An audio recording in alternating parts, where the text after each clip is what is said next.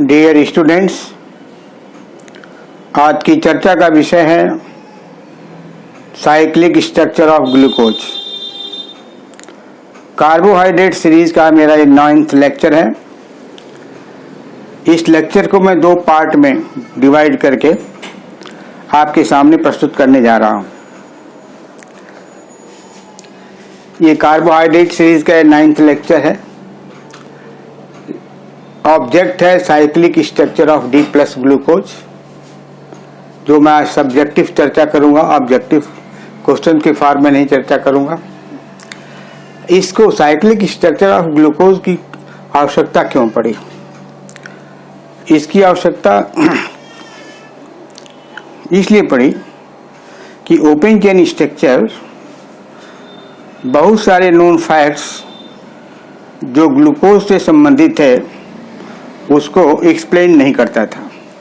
ये बोर्ड पर मैंने लिखा है open chain structure of glucose. इस ओपन चेन स्ट्रक्चर में ये पॉलीहाइड्रोक्सी एल्डिहाइड है, ओपन चेन में है।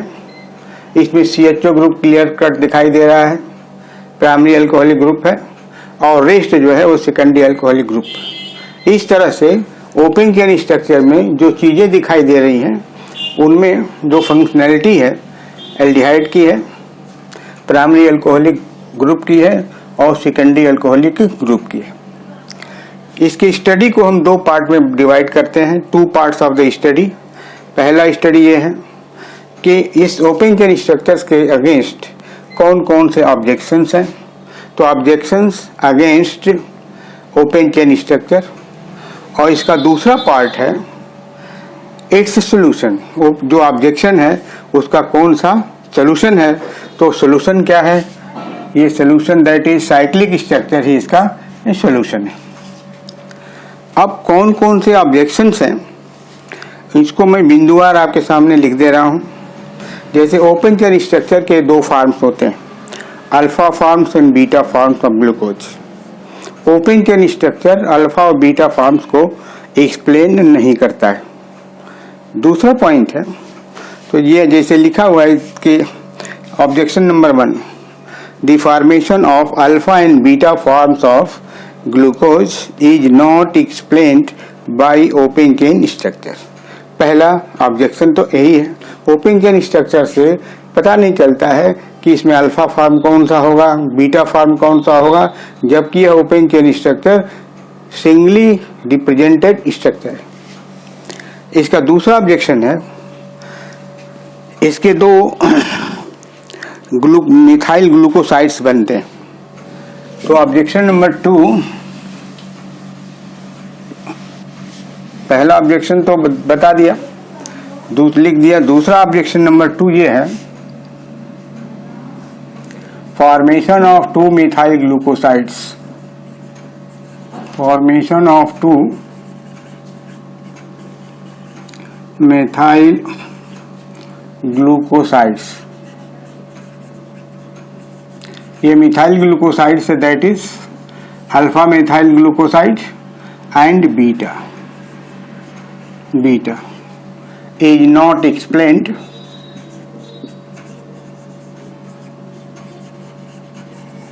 by open chain structure।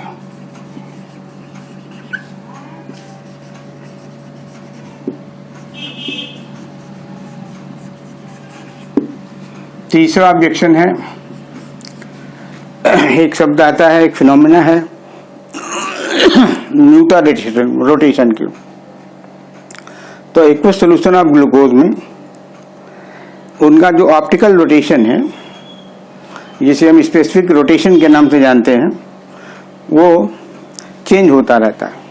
वो हम आगे डिस्कस करेंगे म्यूटा रोटेशन क्या है, sudden change in optical rotation. तो इस the aqueous solution of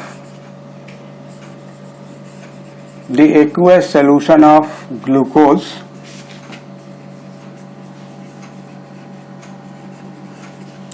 does not show, aqueous solution of glucose shows muta rotation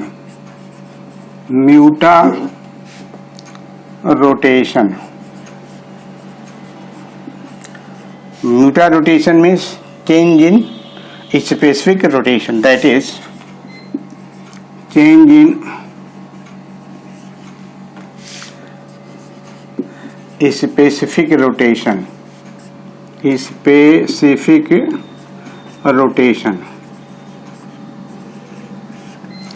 The aqueous solution of glucose shows Muta rotation, but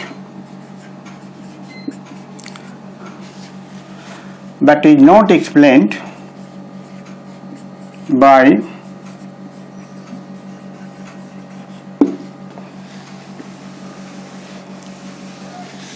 open chain structure.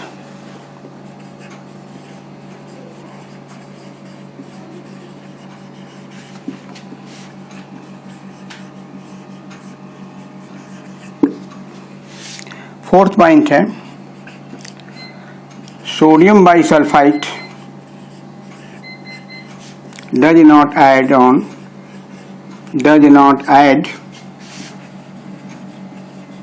to glucose. इसका मतलब ये sodium bisulphite does not add to glucose, जबकि open chain structure में CHO group clearly दिखाई दे रहा है। अगर CHO ग्रुप क्लियरली प्रेजेंट है तो इसके ऊपर सोडियम बाइसल्फाइड का एडिशन होना चाहिए, लेकिन सोडियम बाइसल्फाइड का एडिशन ग्लूकोज पर नहीं होता है। और लास्ट जो ऑब्जेक्शन है, पांचवा पॉइंट इसका स्पेक्ट्रा से संबंधित है। इसका जो IR स्पेक्ट्रा है या UV स्पेक्ट्रा है, the UV and IR spectra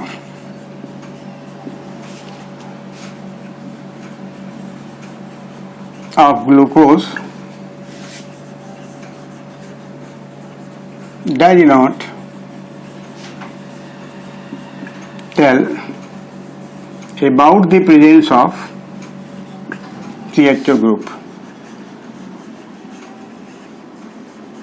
about the presence of CHO group in glucose. UV spectra, IR spectra glucose के बारे के में CHO ग्रुप प्रेजेंट है इसकी कोई सूचना नहीं देता है, जबकि इस ओपन चेन स्ट्रक्चर में CHO ग्रुप जो है ऑलरेडी प्रेजेंट है। अब इसकी हम नंबरिंग कर देते हैं। यहाँ पर number 1 carbon, number 2 carbon, number 3, number 4, number 5 and number 6, ये इसकी numbering.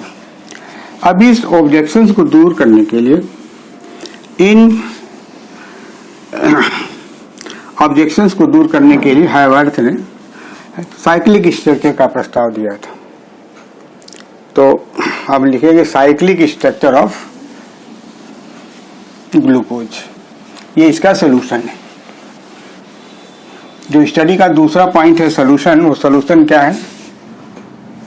Cyclic structure of glucose. इसका सेकेंड पार्ट है सोल्यूशन। सोल्यूशन पार्ट में सोल्यूशन पार्ट ऑफ स्टडी है, that is cyclic structure of glucose.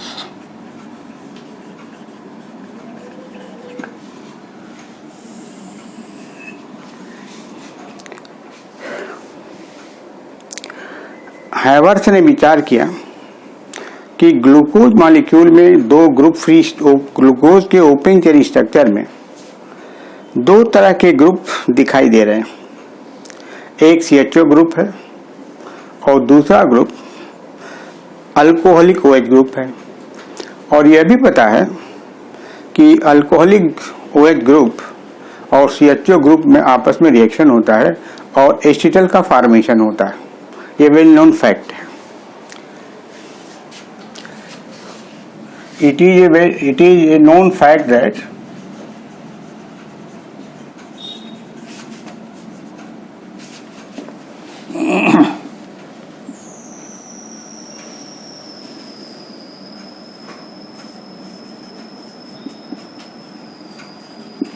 alcoholic OH adds to CHO group and forms a hemiacetal ये study है, ये known fact है. It is a known fact that alcoholic OH group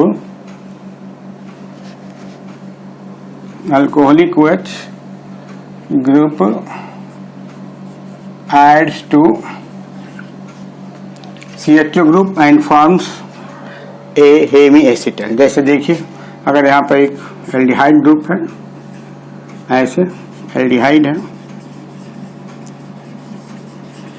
और दूसरा हम alcohol ले लें, ये आपका अल्कोहल है, R-, दिस इज अल्कोहल. जैसा आपको मालूम है कि ये CO ग्रुप पोलर होता है, स्लाइटली निगेटिव होगा, यहाँ पर स्लाइटली पॉजिटिव होगा, और इसके ऊपर लोन पेयर ऑफ इलेक्ट्रॉन है, ये यहाँ पर ऐड हो जाएगा, और यहाँ पर ये स्लाइटली पॉजिटिव हो जाएगा, ये स्लाइटली निगेटिव होगा, तो यहाँ पर ये ऐड करेगा यहाँ पर, और ये यहाँ पर ऐड हो जाएगा. होगा क्या, RCOOH हो जाएगा, OR- हो जाएगा, और ये H हो जाएगा. इसको हेमीएसिटल कहते हैं.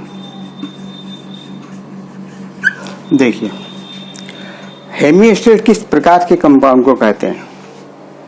ऐसा कंपाउंड जिसमें एक ही कार्बन एटम से, देखिए ये कार्बन एटम है, इससे OH जुड़ा हुआ है, और उसी कार्बन एटम से अल्कोक्सी ग्रुप भी जुड़ा हुआ है. या ऐसा भी कह सकते हैं कि यह COR- ईथर पार्ट है और ये अल्कोहल पार्ट है. तो OH का पार्ट अल्कोहल है, और COR- का जो पार्ट है वह ईथर पार्ट है. या दूसरे शब्दों में यह कह सकते हैं कि जब ऐसा कंपाउंड जिसमें एक ही कार्बन से अल्कोहल ग्रुप भी जुड़ा हो और अल्कोक्सी ग्रुप भी जुड़ा हो, तो इस तरह के कंपाउंड को हेमीएसिटल कहते हैं. यह जो मैंने दिखाया है, यह ओपन चेन में दिखाया है, ओपन चेन में है. अब इससे निष्कर्ष निकाला हैवर्थ ने.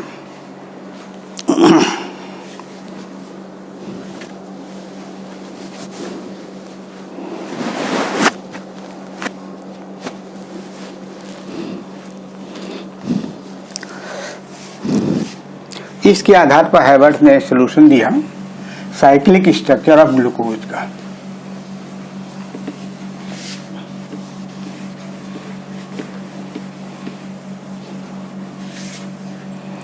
On the basis of this concept,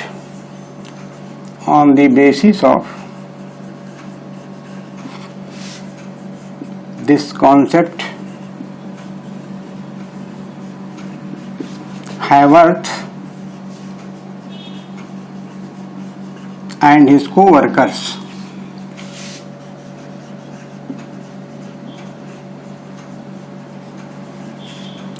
suggested a cyclic structure for cyclic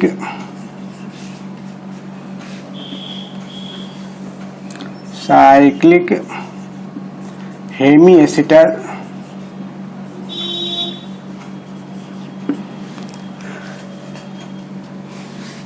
structure for glucose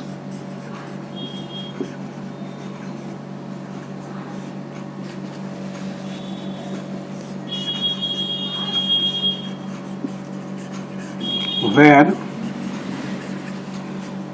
alcoholic OH group and CHO group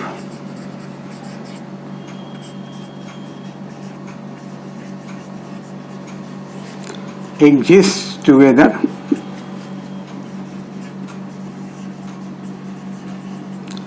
within the same molecule.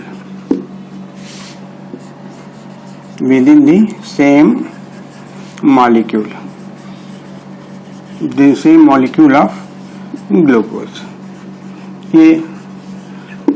ये जो कंक्लूजन है इम्पोर्टेंट है.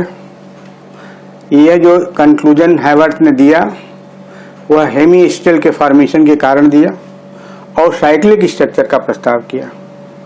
अब कैसे साइक्लिक स्ट्रक्चर बनेगा, इसको हम कहते हैं इंट्रोमोलिकुलर साइक्लिक हेमिस्टेल स्ट्रक्चर। अब हम ऊपर चलते हैं, आशा करता हूं कि आपको पढ़ने में आ गया होगा।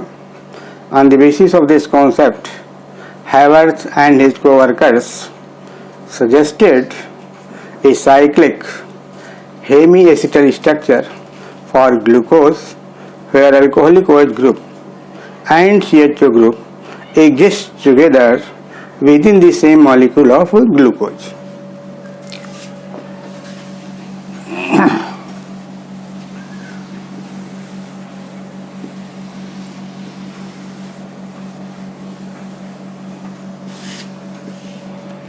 जैसे ओपन चेन स्ट्रक्चर है, हम आपको यहाँ ओपन चेन स्ट्रक्चर बनाते हैं। CO है, C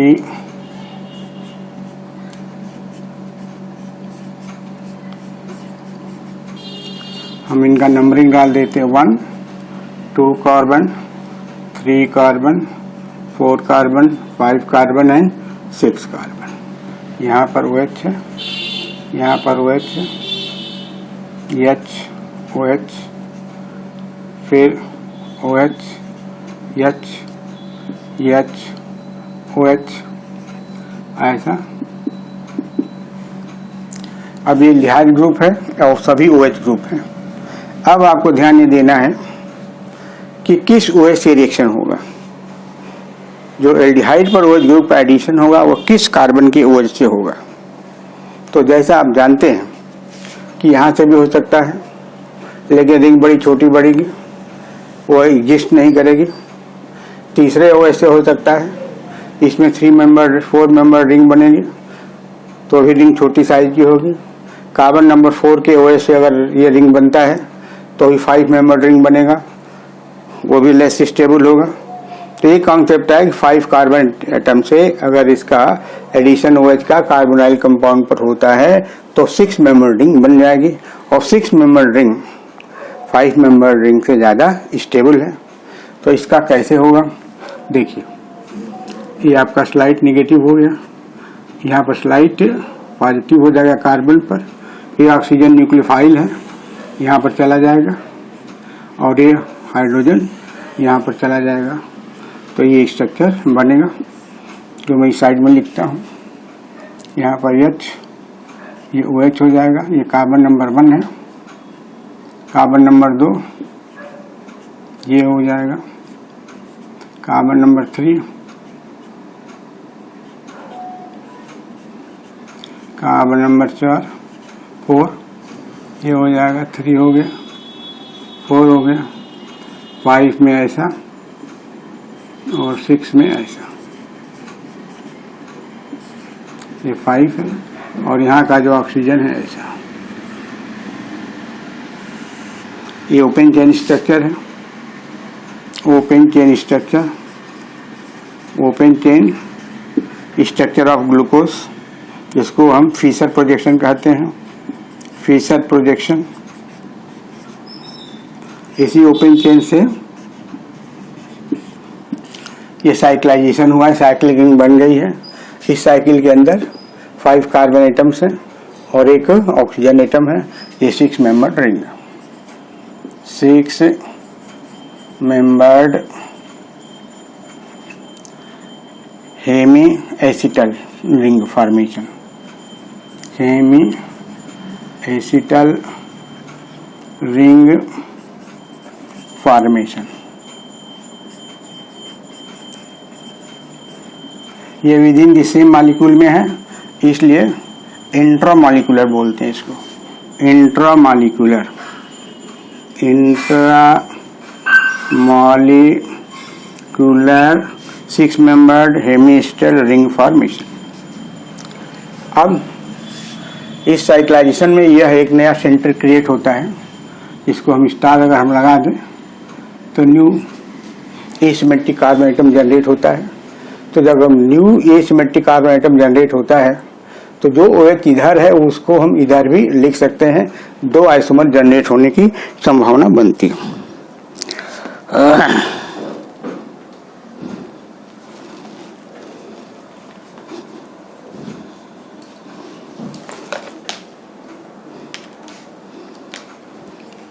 अब हम दूसरे साइड में चलते हैं, बाकी चीज़ें सेम रहेंगी, 1 पर हम चेंज करने वाले हैं, तो यहाँ पर 1 पर चेंज करेंगे तो OH इधर आ जाएगा, बाकी कॉन्फ़िगरेशन में कोई परिवर्तन नहीं होगा।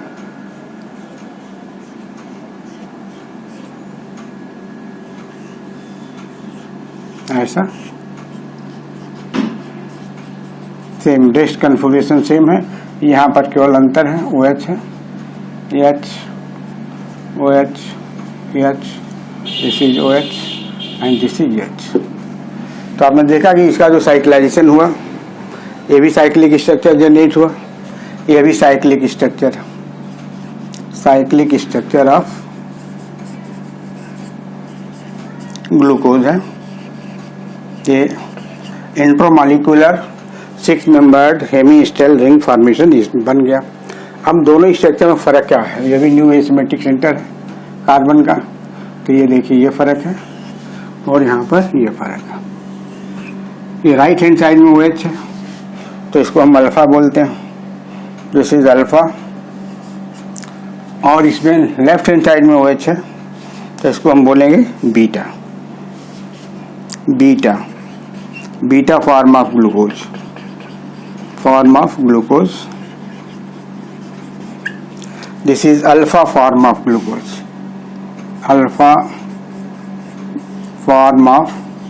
ग्लूकोज, तो इसको अल्फा फॉर्म और बीटा फॉर्म हो गया, 2 आइसोमर बन गए। तो इस साइक्लिक स्ट्रक्चर जनरेट होने के कारण इसे 2 तरह के आइसोमर्स ऑफ ग्लूकोज मिल दिखाई दे रहे हैं। एक आइसोमर का नाम है अल्फा और दूसरे आइसोमर का नाम है beta, this is beta form.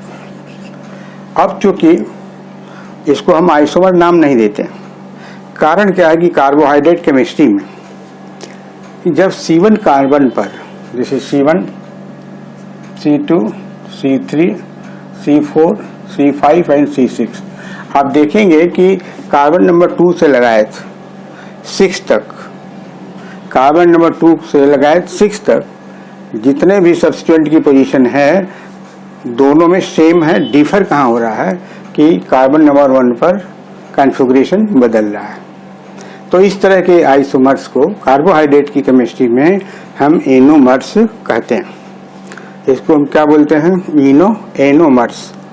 अब सवाल दूसरा ये पैदा होता है, आप उसके समझ में आए, दिमाग में आएगा कि इस OH से क्यों नहीं साइक्लाइजेशन हो रहा है, इस OH से क्यों नहीं, इस OH का प्रयोग साइकिल बनाने में क्यों नहीं किया जा रहा है। इससे भी बन सकता है। इसको टॉलेंस ने बनाया था सबसे पहले और 5 मेंबर रिंग का कंसेप्ट दिया था, लेकिन जब एक्सपेरिमेंटल ऑब्जर्वेशन लिया गया, एक्सपेरिमेंटल एविडेंस जो इसका था वह 5 मेंबर रिंग के पक्ष में नहीं था। और दूसरा, मोटे तौर पर हम कह सकते हैं कि छोटी रिंग लेस स्टेबल होती है, मोर एनर्जेटिक होती है, और जो लार्जर रिंग है वह मोर स्टेबल होती है और लेस एनर्जेटिक होती है। तो लार्जर जो होगी वो ज़्यादा होगा। तो 2 चीज़ आपको जानना है कि स्मॉलर रिंग 6 मेंबर रिंग इसीलिए स्टेबल है। यहाँ जगह नहीं है, मुंह पर लिखते हैं।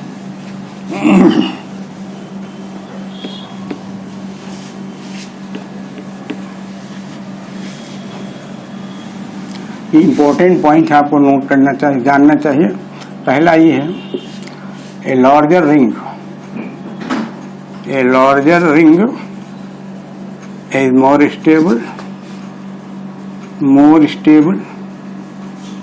stable means that is less energy है उसके पास।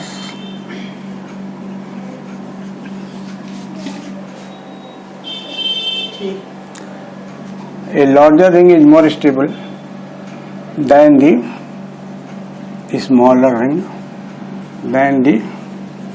smaller hemiacetal ring।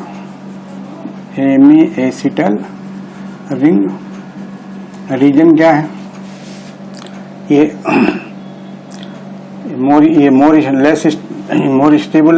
Less stable more energy, इसलिए 6 member ring is preferred over 5 member ring. 6 member ring is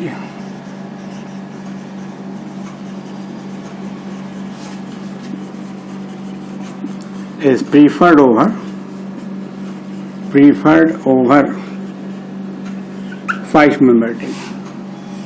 Is 6-member ring. Hence 6-member ring is preferred over 5-member ring. Membered ring. और दूसरा इसमें point ये जानना और है कि इसमें जब साइक्लाइजेशन हुआ है तो C1 पर कन्फिगरेशन डिफर करता है, रेस्ट कार्बन पर कन्फिगरेशन डिफर नहीं करता। कहते हैं कि a pair of डायास्टीरियोमर्स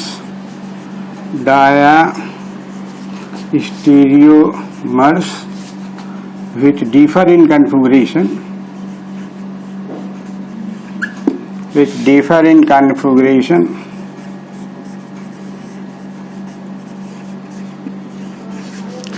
only about the C1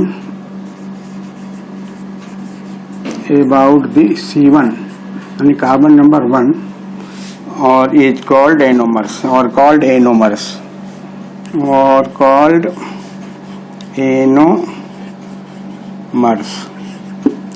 that is alpha D plus glucose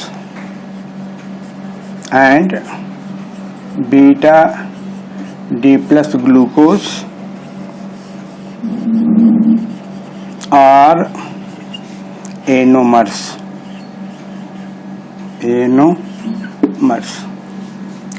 और थर्ड पॉइंट एक जानना चाहिए, जैसे अल्फा और बीटा ग्लूकोज का फॉर्मेशन तो हो गया, अब दूसरा सवाल है कि इसमें दो तरह के जो मेथाइल ग्लूकोसाइड्स बनते हैं वो कैसे होंगे, कैसे बनेंगे। तो इसका भी थर्ड आंसर ये है, ये एक्सप्लेनेशन की सब बात हो रही है कि रिंग स्ट्रक्चर कौन कौन चीज़ों को एक्सप्लेन करता है। तो थर्ड पॉइंट है the cyclic structure also explains the third point 6-membered cyclic structure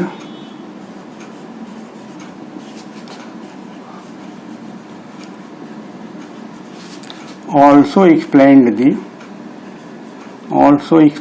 the formation of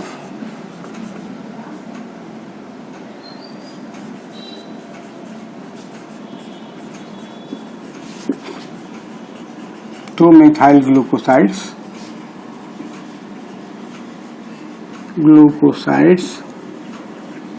when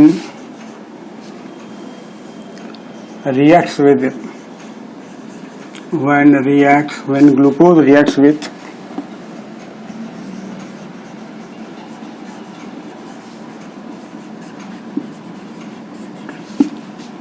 methyl alcohol in presence of HCl gas। तो यह भी एक्सप्लेन हो गया। 6-membered cyclic structure also explains the formation of 2-methyl glucosides when glucose reacts with methyl alcohol in presence of HCl gas। इसको भी explain किया जा सकता है आराम से।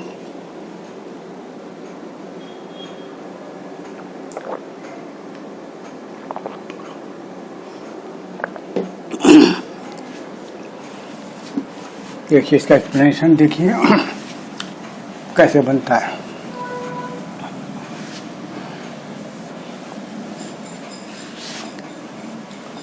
अल्फा फॉर्म लिखिए, बीटा फॉर्म लिखिए। ये अल्फा फॉर्म है, राइट हैंड साइड में OH है, दिस इज अल्फा फॉर्म।